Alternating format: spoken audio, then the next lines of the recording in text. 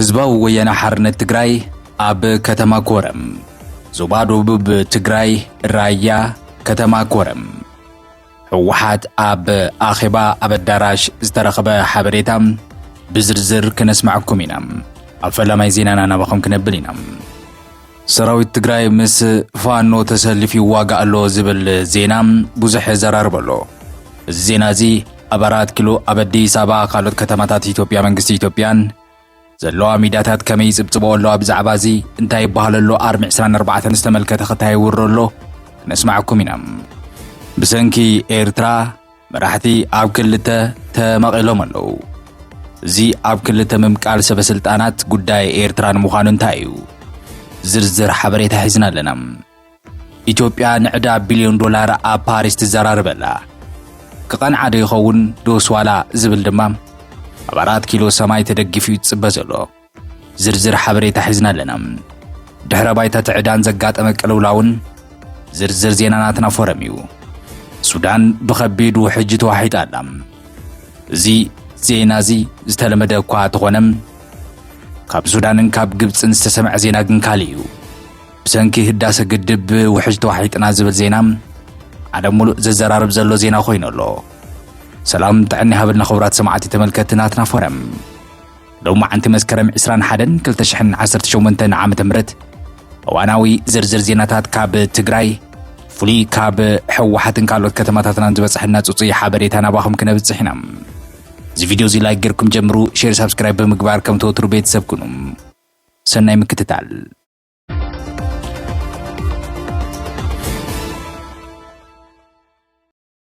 ህዝቢ ኮረም በሃገራዊ ከዳዕቲ ተታሊልና ኮማንድ ፖስት ይለዓል ክብል ፀዊዑ ክብል ሕወሓት ኣፍሊጡ። ኣባላት ሕወሓት ንሃገራዊ ሓድነት ትግራይ ኣብ ዞባ ደቡብ ትግራይ ራያ ከተማ ኮረም ኣባላት ውድብ ሕወሓትን ደገፍትን ኣብ ከተማ ኮረም በሃገራዊ ከዳዕቲ ዝተፈጸመ ምትላል ብትርቢ ምኾናን እቲ ካብ ስምምዕ ሰላም ፕሪቶርያ ወፃኢ ዝኾነ ኮማንድ ፖስት ብህፁፅ ክለዓል ሓያል ፃዊዑ ተቕሪቦም ይብል እዚ ኣብ ዕላዊ ገጽ ሕወሓት ዝተጠቅዕ ዜና። እዚ ድምፂ እዚ ዝተሰምዐ መስከረም 18 2018 ዓመተ ምህረት ካብ ከተማ ኮረም ኣብ ዝተኻየደ ሃገራዊ ሓድነት ንምውሓስ ህላዊ ድሕነት ትግራይ ኣብ ዝብል ኣርእስቲ ዘተኮረ እንትኾን ኣብዚ መድረኽ እዚ ድማ ላዕለዋይ ኣመራርሓ ውድብ ሕወሓት ኣይተ ንጉስ ቢተው ከምኡ እውን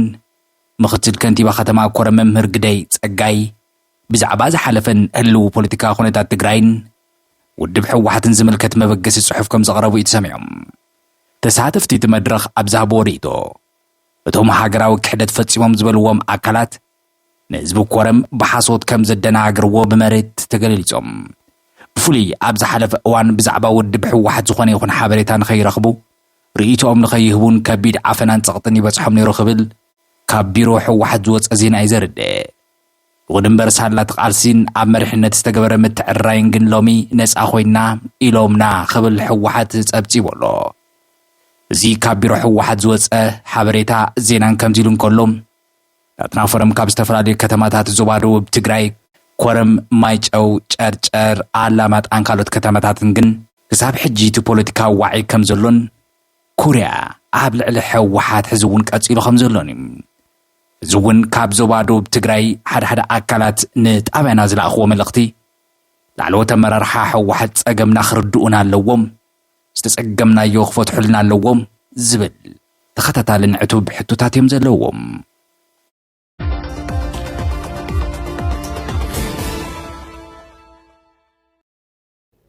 ክቡራት ተመልከቲ ቤተሰብ እናትና ፎረም እዚ መደብ እዚ ክሳብ እዚ ሰዓት እዚ ደቂቓ እዚ እንድሕር ተመልኪትኩም ላይክ ምግባርኩም ሼር ሰብስክራይብ ምግባርኩም ርግፀኛታት ኩኑ። ናትና ፎረም በብሰዓቱ ሓደሽቲ ዜናታት ክወፁ ከለው ካብ ትግራይና ካብ ኢትዮጵያ ከምኡ ድማ ካብ ቀርና ኣፍሪካ ካብ ኣህጉርና ድማ ኣፍሪካ ዓለም ለኸ ዜናታት እውን ሓደሽቲ ይወፁ ኣለው። እንዳተኸታተልና ድማ ናትና ፎረም እውን ኣባኹም ተብለላ እቶም ቪድዮታት ቀልጢፎም ኣባኹም ምንታን ክበፅሕኩም ሓንቲ ሻብ ናይ ደወል ምልክት ክትነኹ ኢና ከም ትወትሩ ንዕድመኩም። ኣባል ክትኾኑ ንእትደልዩ ብፍሉይነት ናይ ናትና ፎረም መንበር ክትኾኑ ንእትደልዩ ድማ ኣብ ጥቓ ሰብስክራይብ ዘላ ብቪፒኤን ከፊትኩም ንእትምልከቱ ኣብ ኢትዮጵያ ንዘለኹም ኣዚና ነመስግን ካብ ኢትዮጵያን ትግራይን ወፃእን ንዘለኹም ድማ ናትና ፎረም አባል እንድሕር ዳ ኮይንኩም بلايف مزدلخم وقاشا زدلخم وحبريتا نبينكم نبحتكم عبال طرح نزخونكم ون مدب نقربينا استفراليو صانحيتون نقبرينا زدلخم وأكل أمررحا تقراي كخون يخيل بستفراليو ملكعو بوسان حتو نزلكم ون عبال نزخونكم ممبرز نباهم كنبلنا عبزور حزي ناب كبابي كلتا ميتك سبحة مشتميتي ممبرز ناي نبصح علامة لنا سابسكريبشن صالحكم كبراتي هابلنا 100 شحنة عطلنا أبزور حزدما كناتينا نعخم حزنا زيناتاتنا زي شراويهم اتهم نقربهم زيناتات نخد سمعوهم من انتهي بلولو انتهي بحالولو زبل حبري تامبر في تصمر قدس حزنا نايتهم زينات دليت كونا بمكوان ايكونا نقربو ناي غازيتينينت بروفيشناليزم سنة مقبار وانكن قتل نتسعر لنا منالبات أمونغو نتفعون نقاقيون اندحردا هالو هاناتي زخوانا ريتوخم هاونا نهزبي زربه سلام كمتزخر ريتوخمون كم توترو هاونا ناتنا فرم كتقاتليا مسانا قاتلو سراويت تقراي مسفانو تسلفي واقع اللو زبل كسي أب سمين ولو أب استخايد كبيد وقع حدكم في حيلتات تقراي مس عطقات فانو بمتحببارا بالعل حيلتات تا فيدرال منغستي واقع خمزولو زتقس حديش حبريتا وزيو زحبريتا زي أبتي زوبان زقصل زلو قونس حديش قس كهوز المخانو وين شاء الله تفتيرو له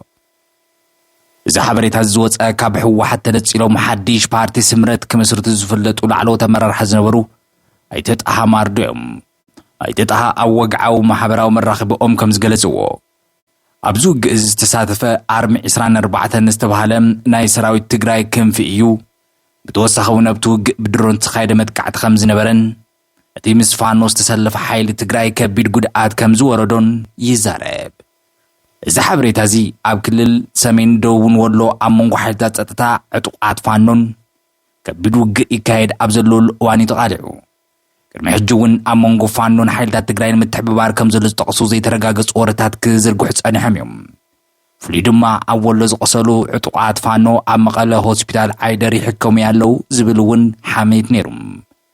دغونا جن اتو هوسبيتال نزورزي ملسي خمزهابن حاسوت كمزخوانا اندما ترقاقص إيو أبزوان زي حدا كام مسرتي ودب سمرت زخونو قزياو من محدار تقراي نبر حجر ما مخارق قدما ميستر أبي حمد ጌታቸው ረዳ መንግስቲ ኤርትራ አውሽጣ ጉዳያት ክልላት ትግራይና ምሓራን ኢዱ በመታው ነድኾነታት የጋዶ ከም ዘሎ መክሳሰሙውን ዝተደምቢሩ ነዚ ፖለቲካዊ ኹነታት ዝያዳ ከም ዘተሐላልኾ ይግለጽ ዝድማም አመንጉዞም ዝተፈላለዩ ሓይልታት ዘሎ ርክብ ዝያዳ አጸጋሚ ገይርወሎ ሳብ ሕጂ ብዛዕባ ዝተባሃለ ምትሕብባር ካብ ወግዓዋ አካል መንግስቲ ፌደራል ካብ መሪሕነት ትግራይ ይኹን አመራርሓ ፋኖስ ተዋበ መግለጽ የለን إذا خص زي حق أنت خوينو أبتو زبان زلو بوليتيكاوي ستتا عبي لو خمس خلو تنتن تيجل تقولو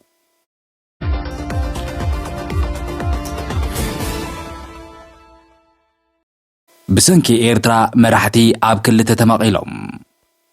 وداي إيرترا نا أمريكا أب كل تتمقيلو والو أمونغو دبلوماساوي تعرن كبد كستاتن واشنطن دي سي قداي زمدنا إيرترا نا أمريكان العلوت سبسلت أنا تهاجر أب كل تزخفلة مكاتعي عرست خوين قصير له من قصدي إيرترا حديش دبلوماساو من قصاص بمكياد زمدنون محاشي سعر كم زلون قبل علوي بعد سلطان إثيوبيا قرب له خبيت كسي متسعري أبعبي فتنا أتيوه له زدما أمونغو أمريكان بوليتيكينيا تنزلو فللي زيادة أقاري دوله قداي إيرترا أب أمريكان خلت تستفلالي بوليتيكاو مرقز تاتيفوت إيروزلو صنع تقاومو زلوو سيناترات حد وغن زمدنا نممحاش ديال وغنات ما بتخالي وغن صنع تقاومو زلووم سيناترات بمدحنت بريزيدنت إساياس زمرح منغستي إيرترام أب سلطان كساب زلو زخوني يخون زمدنا كهلو يبلون زبل صنع مرقز زحزيو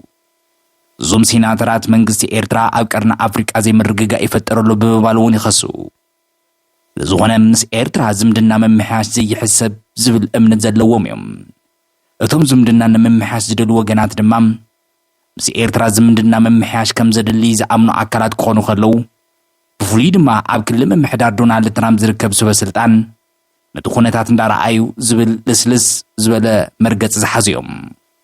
داقماي ممتسع ترامب ناب سلطان بريزيدنت إساياس ሰበስልጣን ዓብይ ተስፋ ከም ዝፈጠረሎም ይግለጽ ኣብዚ ቀረባ እዋን ላዕለዎት ሰበስልጣን ኤርትራ ኣብ ኒውዮርክ ዋሽንግተን ንጡፍ ዲፕሎማሲያዊ ጻዕሪ ከካይዱ ተራእዮም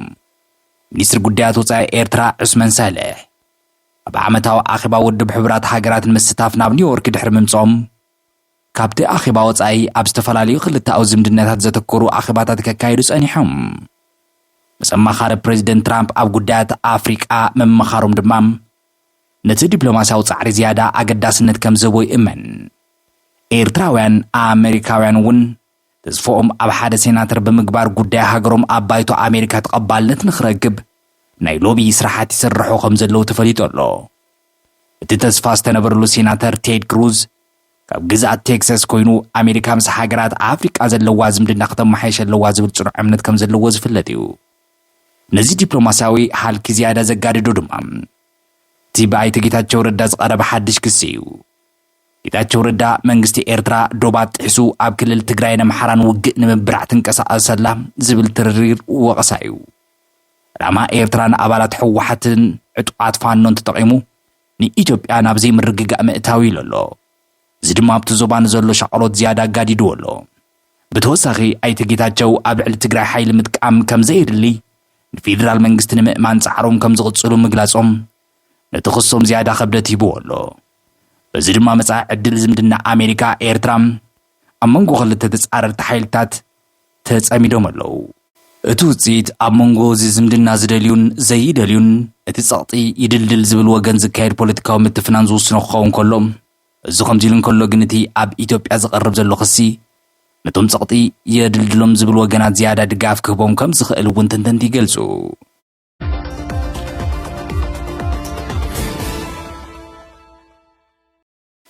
ኢትዮጵያ ንዕዳ ቢልዮን ዶላር ኣብ ፓሪስ ትዘራርበላ ዕድል ዶስ ዋላ ስጋት መንግስቲ ኢትዮጵያ ቅድሚ 10 ዓመት ዝሸጦን 1 ቢልዮን ዶላር ቦንድ ዕዳ ንምፍዋስ ምስ ኣህጉራውያን በዓል ገንዘብ ወግዓዊ ዝርርብ ከም ዝጀመረ ማዕከን ዜና ሮይተርስ ሓቢሩ እዚ ኣብ ፓሪስ ፈረንሳይ ዝካየድ ዘሎ ልዝብ ንመጻኢ ኢኮኖሚ ኢትዮጵያ ወሳኒ ምዃኑ ዝተገለጸ ኮይኑ ነታ ሃገር ኣብ ዓለም ለኻዊ ዕዳጋ ዘለዋ ተኣማንነት እውን ዝውስን እዩ ብ2014 መንግስቲ ኢትዮጵያን ፕሮጀክትታት መሰረተ ልምዓት ዝውዕል 1 ቢልዮን ዶላር ካብ ዓለም ለኻዊ ዕዳጋ ቦንድ ተለቂሑ ነይሩ እቲ ቦንድ ድሕሪ 10 ዓመት ዝኽፈል 6.625 ሚእታዊ ዓመታዊ ወለድ ዝነበረ እዩ ቀንዲ ገዛእቲ እቲ ቦንድ ድማ 50 ሚእታዊ በዓል ገንዘብ ኣሜሪካ 35 ድማ በዓል ገንዘብ ብሪጣንያ 14 ሚእታዊ ድማ ሃገራት ኣውሮፓ እየን ዝኾነ ግን ኢትዮጵያ ኣብ ታሕሳስ 2023 ከም መቆጻጸሪ ኣውሮፓ ክትኸፍሎ ዝነበራ ክፍሊት ወለድ ከይከፈለት ብምሕላፉ ኣብ ዲፎልት ወይ እውን ዘይምኽፋል ምእታዋት ዝግለጽ እዩ መንግስቲ ኣብቲ እዋን እቲ ዘይምኽፋል ብሰንኪ ሕፅረት ገንዘብ ዘይኮነስ ኣብ ትሕቲ ሓበራዊ መድረኽ ጉጅለ 20 ንኹሎም ኣለቃሕቲ ብማዕርነት ንምግልጋል ዝተወሰደ ስጉምቲ ምዃኑ ገሊጹ ነይሩ እዚ መድረኽ እዚ ንክልተኣዊ ዕዳ ንዩሮ ቦንድ ንኻልኦት ንግዳዊ ዕዳታት ማዕረት ተገባብራ ክህልዎ ዘገድድ እዩ ድሕሪ ንኣዋርሕ ዝቐጸለ ዘይወግዓዊ ምይይጥ ሕጂ ኣብ ፓሪስ ወግዓዊ ዘርብ ተጀሚሩ ኣሎ ልኡኽ መንግስቲ ኢትዮጵያ ናብ ፓሪስ ከም ዘምርሐ ሓደ በዓል ስልጣን ሚኒስትር ፋይናንስ ኣረጋጊጹ እኳ እንተኾነ ዝርዝር ሓበሬታ ግን ካብ ምሃብ ተቆጢቡ ሓደ ምንጪ ንሮይተርስ ከም ዝገለጾ ምስ ኣለቃሕቲ ቦንድ ገለ ኣኼባታት ተኻይዶም እዮም ክብል ይሓቢሩ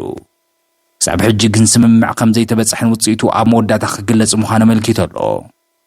ክልቲኦም ወገናት ማለት እውን ኣማሕዳሪ ሃገራዊ ባንኪ ዶክተር ኢዮብ ተካልኝ ወከልቲ ኮሚቴ ኣለቃሕትን ኣብዚ ጉዳይ ርእይቶ ካብ ምሃብ ተቆጢቦም ኣለዉ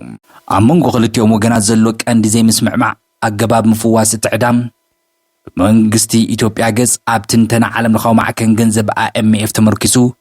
እቶም መለቃሕቲ 20 ሚእታዊ ካብ መጠን ወለድ ከጉድሉሉ ሓሳብ ዝቐርብ እቶም መለቃሕቲ ሰብ ገንዘብ ግን ነዚ ሓሳብ ብምቋም እቲ ብመንግስቲ ዝቐርብ ዘሎ ሓበሬታ ጽላት ጸሊም ጽኑዕ ምዃኑ ብምግላጽ ኣብ ቀንዲ ምጉዳል ወለድ ግዜ ምኽፋል ምንዋሕ ካልኦት ኣማራጽታት ክዝተየሎም ከም ዝኽእል እዮም ዝገልጹ ኣብ ዝቐረበ እዋን ብመንግስቲ ዝወፀ ሓበሬታ ምሕያሽ ከም ዘርአ ዝጠቐሰ እኳ እንተኾነ IMF ብወገኑ ትሑት መጠን ዓለም ለኻዊ ደገፍ ውሑድ ናይ ወጻኢ ቀጥታዊ ወፍሪ ንኽእለት ምኽፋል ኢትዮጵያ ኣብ ስግኣት ከም ዘእትዎ መጠንቀቕታ ሂቡ ኣሎ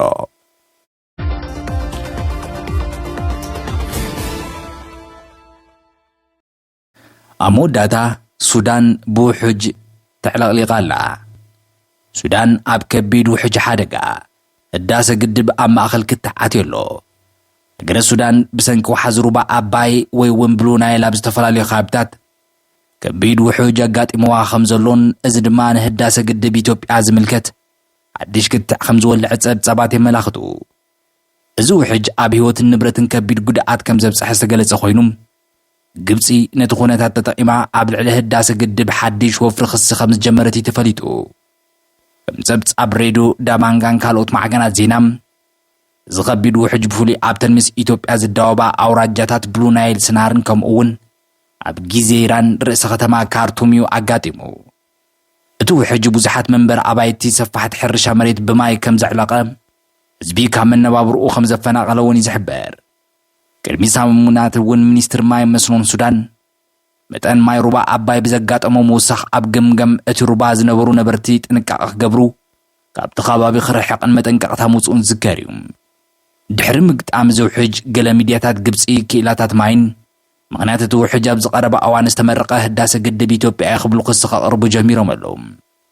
بتوسخي اتقدب كفرس كم زخقل السودان نابزخف أحد خأتوا خم زخقل بمقلات قبل حزب السودان نايسن لبونا وسقط خفت أريد سعر اللوا انتونا جن كلتين سودان إثيوبيا نزخ السبت الرنس يقومو أما خارج قدات قدم مسارة لمعات سودان إنجنير أبو بكر مصطفى اتو حجم السداسة قدب زخواني خمت استسار كم زي ولو بمقلات مغنياتو لوط الكلمة أبز عامت زي لعلي اللي زخوانة متأنزناب مخاني مرديوم السوم كم زولو أبز عامت زي لعلي 250 ملم زناب كم زتمزقبن زدما بتلمود متأن عزيزل على مخانن قليس أمرلوم بتوسخطو حج أبروبا أباي ترايز يكون ساب سمينا ومبرع سودان أبز ركبا روبا تكزا أتبارا كم زقات أموون قليس أمرلوم منستر ماين إنرجين إثيوبيا أي تحفتامو إتفادما نزا حساب بمدقاف اتي أب سودان زقات أمو حجم السداسة قدب زي تأساسر كم زي كونه عرقاقيت أمرلوم مباركس كبرات سماعتي تملكتنا تنافرم لو مزحزنا يوم واناوي زيناتاتنا زرزر حبريتاتنا زوم سمعكم ومسنيرم أبحيث حزيناتاتنا زر ريتوون كم توتروت حافلنا لا أخلنا كتسالي بخالي حدي زينا خصاب نراخب سلام